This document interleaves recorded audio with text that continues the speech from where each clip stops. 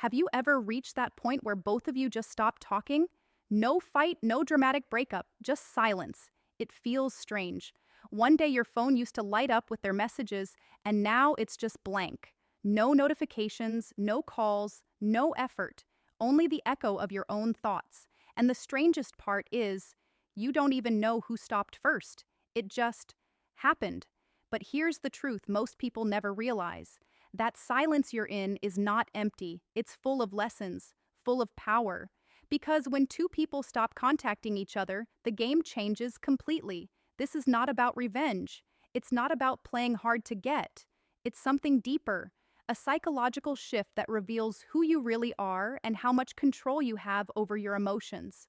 Silence is not punishment, it's transformation. Marcus Aurelius once said, "You have power over your mind, not outside events. Realize this, and you will find strength." When communication ends, a new conversation begins between you and yourself, between your ego and your peace, between what you want and what you actually deserve.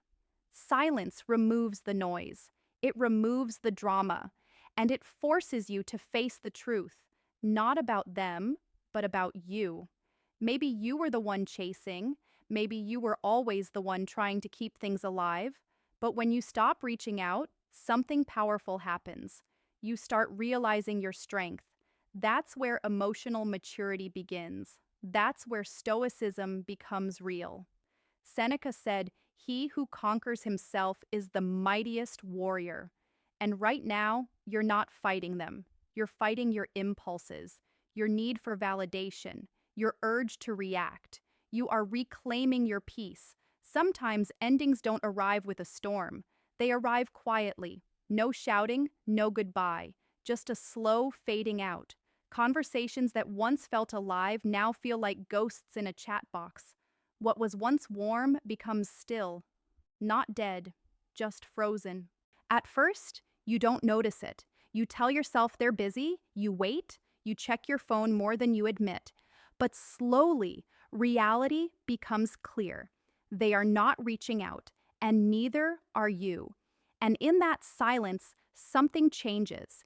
You are no longer reacting. You are observing.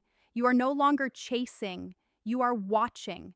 Without constant distraction, you are forced to listen to yourself. And that is where clarity begins. Marcus Aurelius said, "Nowhere can man find a quieter or more untroubled retreat than in his own soul." Silence becomes that retreat, a space where you see your emotions without judgment, where you realize how much energy you wasted trying to keep something alive that was already fading, and slowly you understand. Your peace does not depend on anyone's response. It's not about pride, it's about presence, learning to sit in stillness instead of running from it. Silence is not distance, it is truth. It strips away illusion and reveals reality. Every relationship moves between two forces, pursuit and withdrawal. One chases, the other pulls away. One fears loss, the other fears closeness. But this is not love.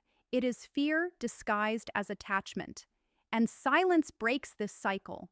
No messages to chase, no replies to avoid. The pattern collapses, and in that collapse, truth appears.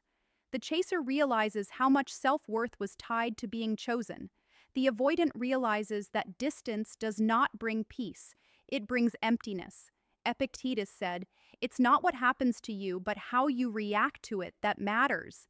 And this is where the real shift happens. You stop reacting. You start responding with awareness. You stop needing validation from outside. You start building it from within. Then comes the most powerful phase, when both go silent. No chasing, no avoiding, just stillness. And in that stillness, something unexpected happens.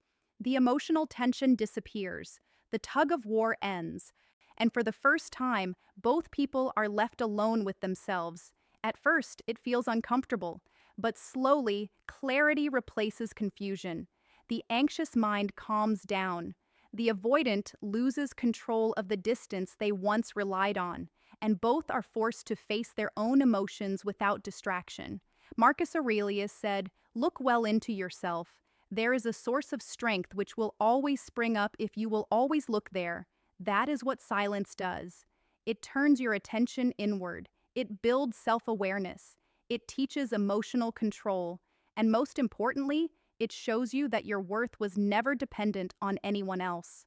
Seneca said, "No man is free who is not master of himself." And that is the final truth. Silence is not weakness. It is discipline. It is control. It is freedom from emotional dependence, because in the end, silence doesn't destroy you. It rebuilds you. It removes illusions, breaks patterns, and forces growth. What once felt like emptiness becomes the space where strength is born. You are no longer defined by who stays or who leaves. You are defined by how well you master yourself. And when you reach that point, silence is no longer something you fear. It becomes your power.